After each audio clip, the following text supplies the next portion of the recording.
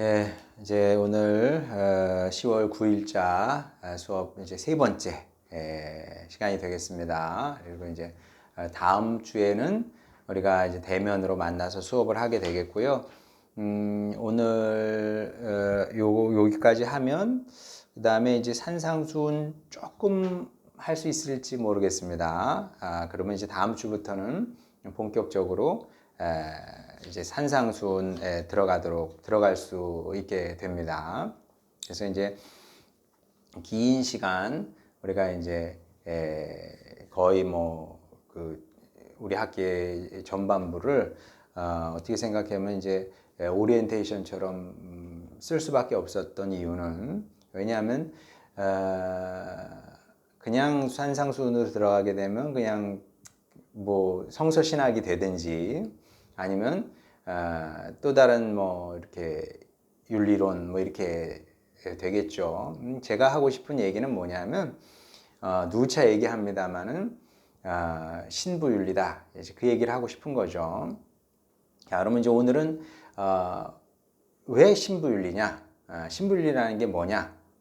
그걸 이제 마지막으로 이제 정리하는 시간이 되겠는데, 제가 이제 그러니까 이제 첫 번째, 두 번째 강의에서 분명히 말씀드린 것이 무엇이냐면, 여러분이 설득이 됐을 거라고 생각을 하는데, 신구약이 공이 강조하는 것은 무엇이냐면, 우리에게 가장 중요한 것은 하나님과 동행하는 것이고, 하나님도 우리와 동행하시기를 간절히 원하셨다. 이제 그런 얘기를 여러분과 이제 나눴습니다.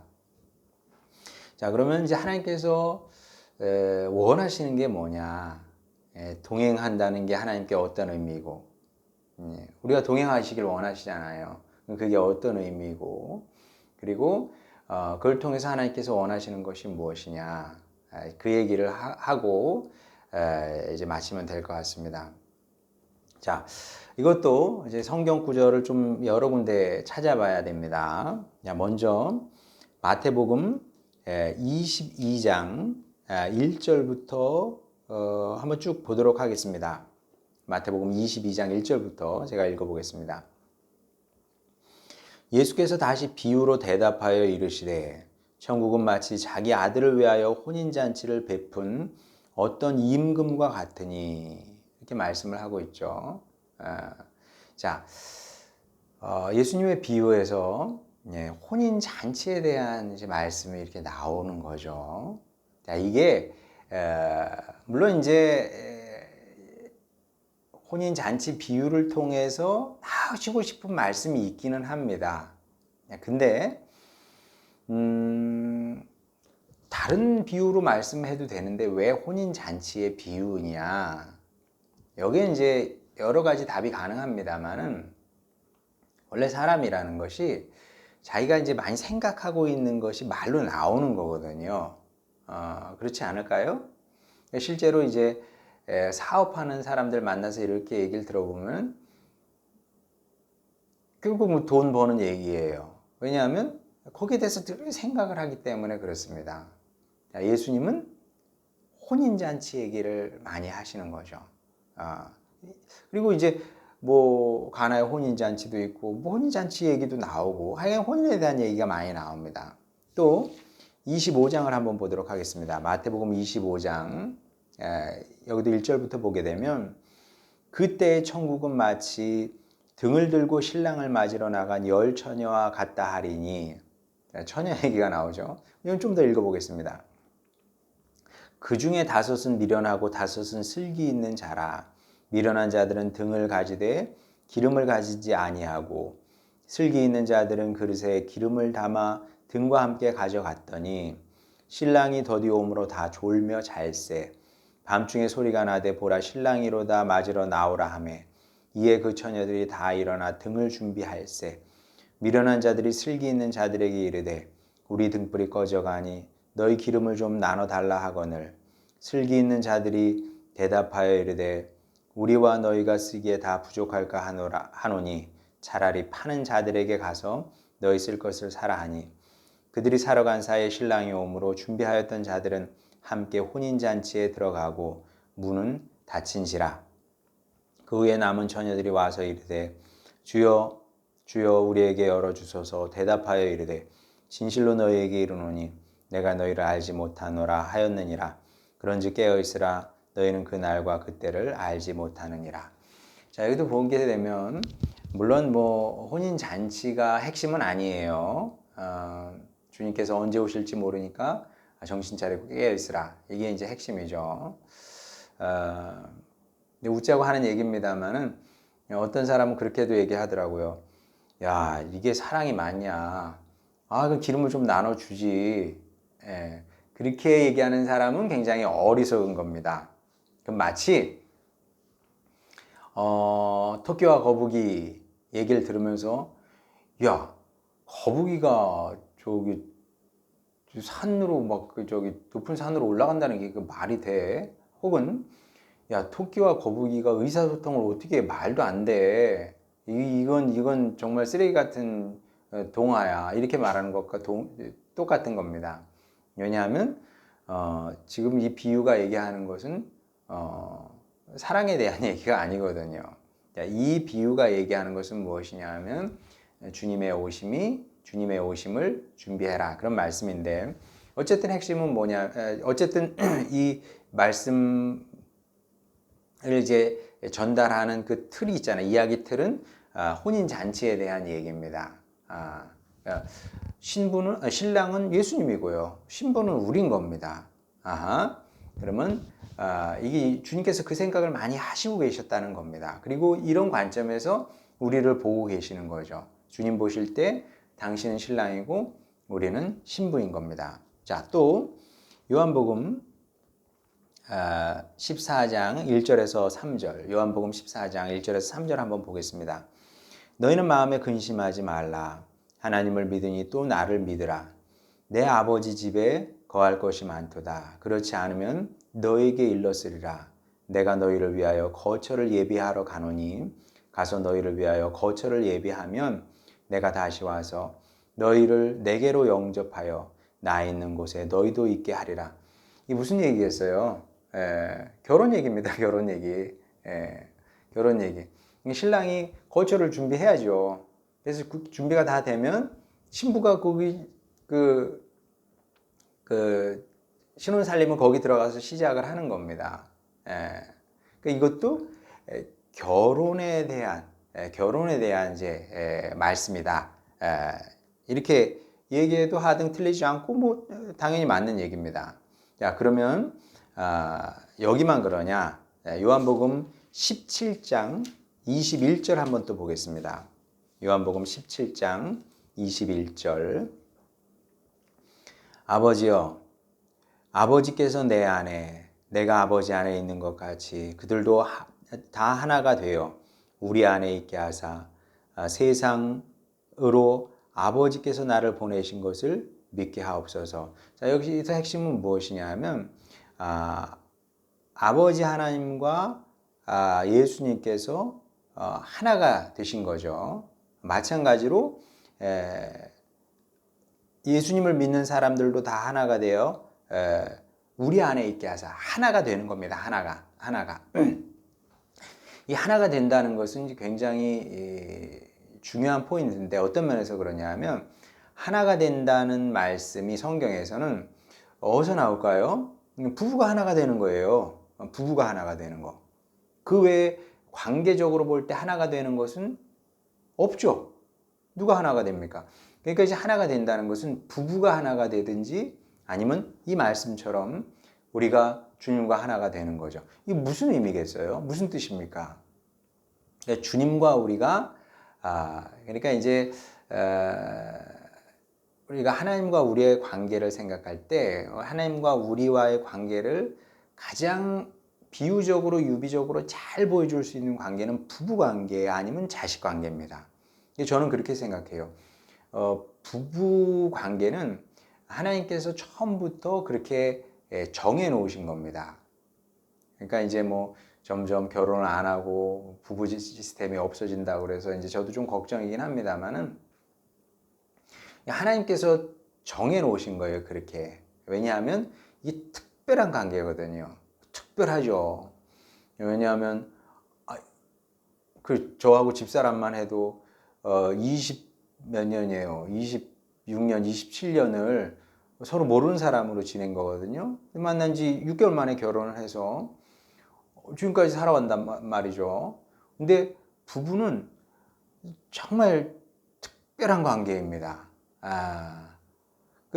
여러분, 저도 애를 낳고 키웁니다만은 우리 딸들이 지금 대학생이잖아요. 대학생들 딸들이 자고 있는데 아빠도 하고 이불 속에 들어가서 같이 잡니까? 뭘 그런 아빠도 있다 그래요. 이게 좀 이상하잖아요, 그렇죠? 근데 부부는 한 이불에서 잘 수가 있고요. 그리고 부부 사이에는 시기 질투도 없습니다. 참 신기해요. 여러분, 심지어 형제 자매 사이에서도 시기 질투를 합니다.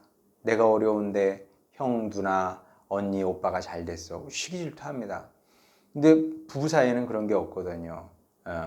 남으로 만났는데 진짜 하나예요. 남편이 잘 되면 내가 잘 되는 거고, 남편이 망하면 내가 망하는 거고, 또 아내가 기쁘면 남편이 기쁜 것이고, 그런 거거든요. 하나가 됐기 때문에. 그러니까 사람 관계에서 우리가 세상을 살아가면서 어떤 관계를 맺고 사는데 그런 유이한 관계가 부모 자식 관계, 그리고 부부 관계, 그런 거죠. 그래서 이제 부모 자식 관계도 거의 하나라고 할 수가 있고, 부부 관계는 진짜 하나가 되는 거죠. 진짜 뭐 사실 부부는 부모님하고 보다도 더 가까워요, 사실은. 왜냐하면 심지어 그 딸들도 결혼하고 나면 친정집에 가서 이렇게 자고 막 그런 걸 하루 이틀은 잘 수 있죠. 계속 자면 불편해요.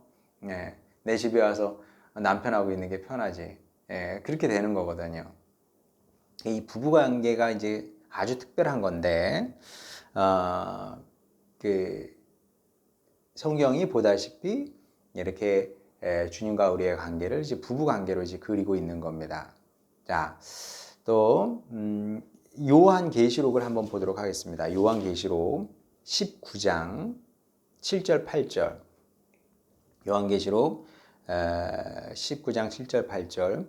우리가 즐거워하고 크게 기뻐하며 그에게 영광을 돌리세. 어린 양의 혼인 기약이 이르렀고, 또 결혼 얘기죠. 그의 아내가 자신을 준비하였으므로 그에게 빛나고 깨끗한 세마포 옷을 입도록 허락하셨으니 이 세마포 옷은 성도들의 옳은 행실이로다.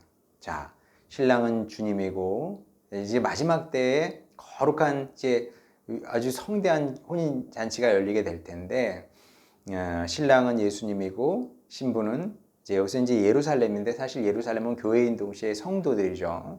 우리를 얘기를 하는 겁니다. 그런 큰 혼인 잔치가 있게 될 것이고, 그리고 그렇게 우리와 주님이 이제 하나가 되는 거죠. 그래서 이제 동방신학에서 보게 되면 신앙의 목적은 무엇이냐? 여러분 혹시 이제 관심이 있으시면 블라디미르 로스키라는 러시아 정교회 신학자가 있습니다. 로안 윌리엄스. 사실 뭐 로안 윌리엄스는 굉장히 좋은 신학자죠. 굉장히 좋은 신학자고, 제가 이제 로안 윌리엄스 책은 뭐 한두 권이라도 읽어봐라, 이렇게 이제 늘 강의 시간마다, 수업 시간마다 추천을 합니다. 특히 로안 윌리엄스의 복음을 읽다라는 책이 있어요. 그 마가복음 해설서인데 굉장히 얇은 책입니다. 얇은 책인데 그걸 읽고 나면 망치로 뒤통수를 얻어 맞은 것처럼 멍하고 좀 충격적이죠. 내가 복음을 알고는 있었던 건가 그동안, 뭐 이런 생각이 들게 할 만큼 좋은 책입니다. 그래서 여러분도 한번 로안 윌리엄스의 복음을 읽다라는 책을 꼭 한번 읽어보시기 바랍니다. 뭐 얇아서 그냥 아침에 손에 들면 점심 때쯤이면 다 읽을 수 있습니다.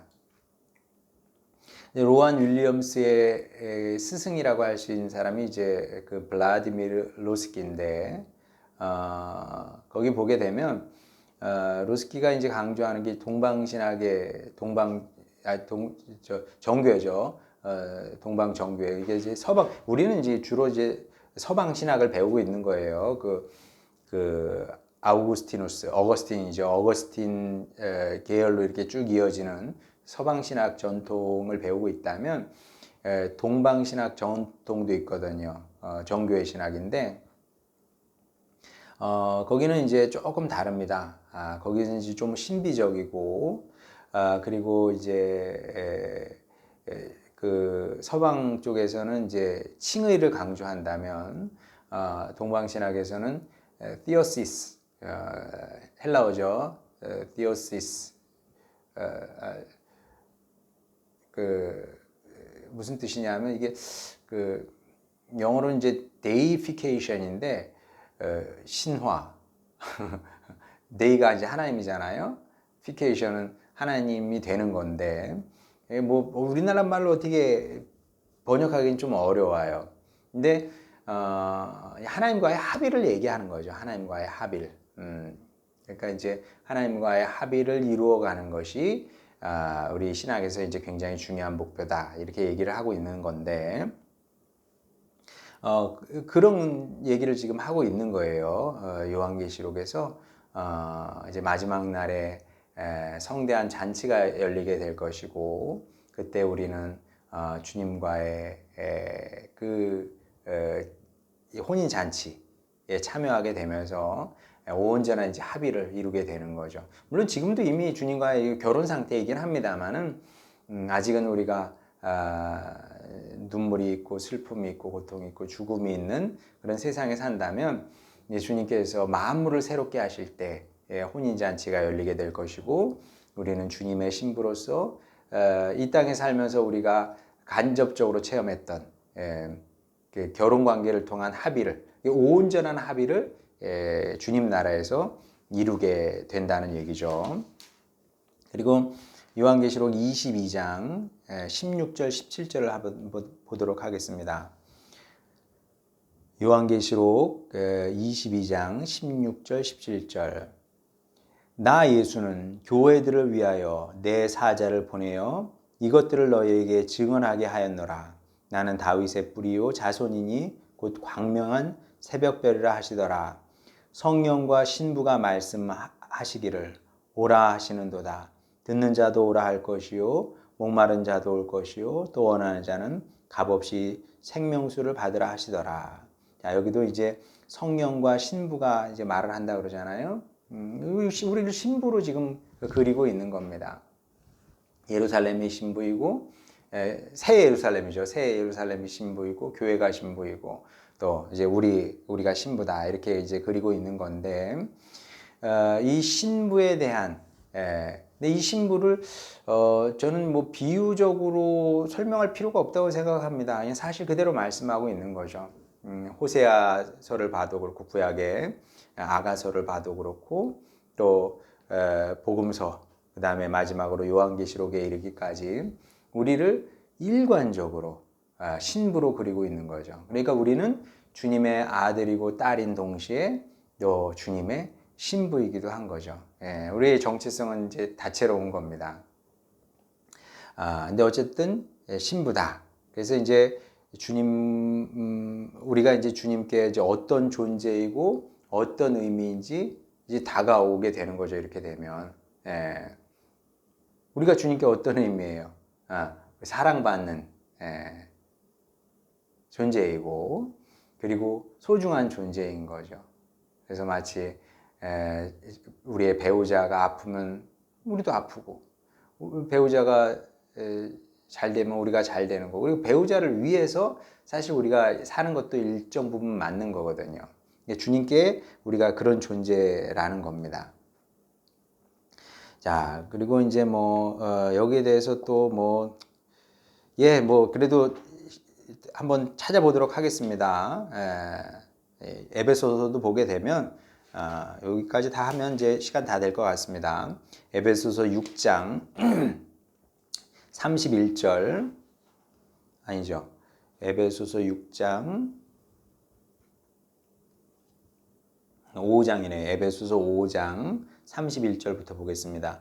그러므로 사람이 부모를 떠나 그의 아내와 합하여 그 둘이 한 육체가 될지니 이 비밀이 크도다.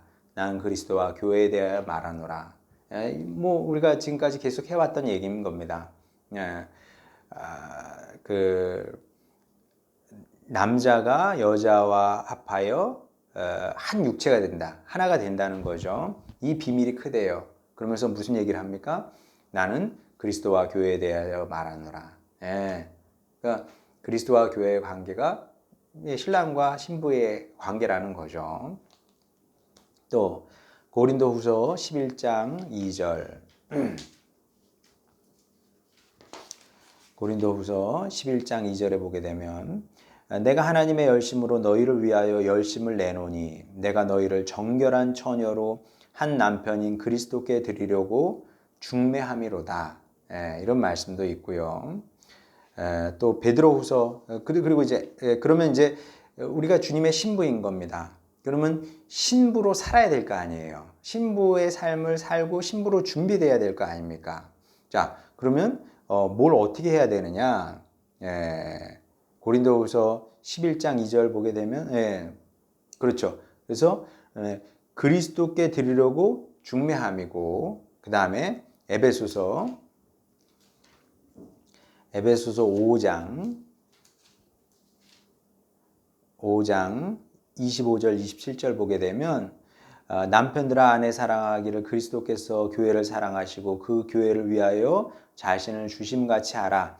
이는 곧 물로 씻어 말씀으로 깨끗하게 하사 거룩하게 하시고 자기 앞에 영광스러운 교회로 세우사 티나 주름 잡힌 것이나 이런 것이 없이 거룩하고 흠이 없게 하려 하심이라. 사도 바울의 목적은 그거였던 거죠. 믿음으로 구원을 받아요. 그 다음에 어떻게 돼요? 그 다음에 이제 주님의 거룩한 신부로 단장하고 이제 치장하고 준비시키는 겁니다. 또 베드로후서 3장 베드로후서 3장 4절을 한번 보도록 하겠습니다. 이르시되 주께서 강림하신다는 약속이 어디 있느냐? 조상들이 잠깐만요. 이게 베드로후서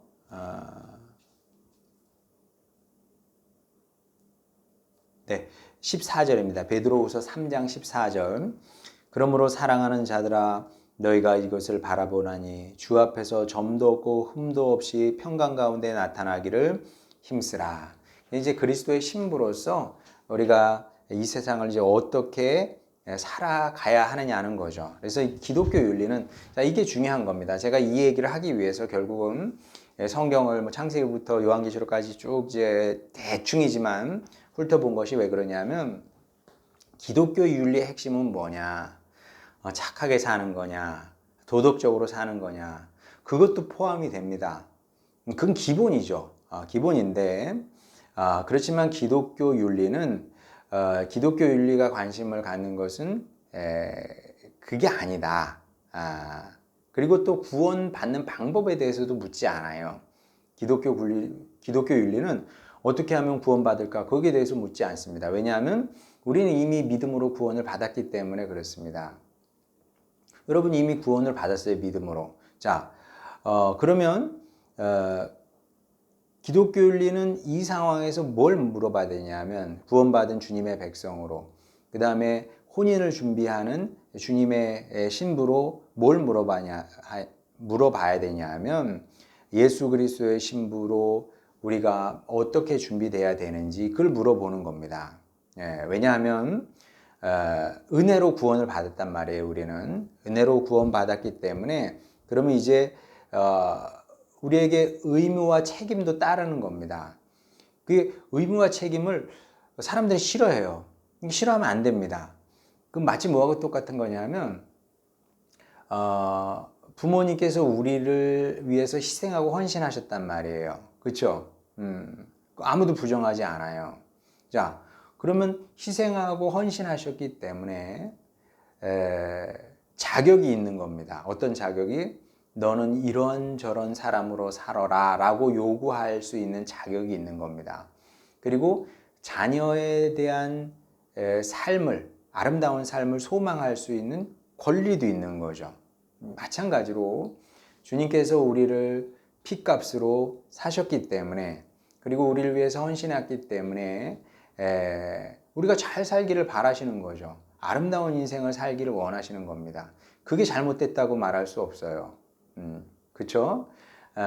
그러니까 주님은 우리에게 뭘 원하시냐 하면 이 땅을 살아가면서 복되고 아름다운 인생을 살기를 원하시는 것이고, 그리고 당신의 신부로 준비되기를 원하시는 거죠.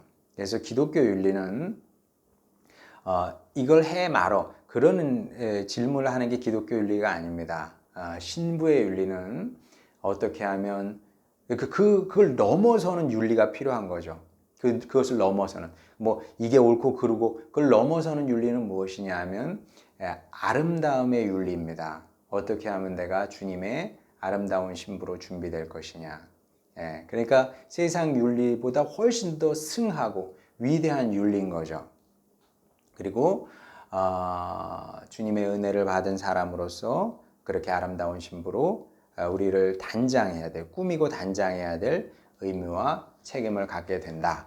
자, 그리고 이것이 이제 제가 말하는 기독교 윤리, 신부의 윤리고, 우리 다음 시간부터는 본격적으로 산상수훈 들어가도록 하겠습니다. 그래서 주님께서 보실 때 아름다운 사람이 어떤 사람인지 우리 함께 나누고, 그래서 궁극적인 목표는 우리가 산상수훈을 배움으로 말미암아 주님께서 우리에게 기대하시는 그런 아름다운 인생, 복된 인생, 성공적인 인생, 그래서 주님의 신부로 준비되는 그런 인생을 살아내는 것이죠.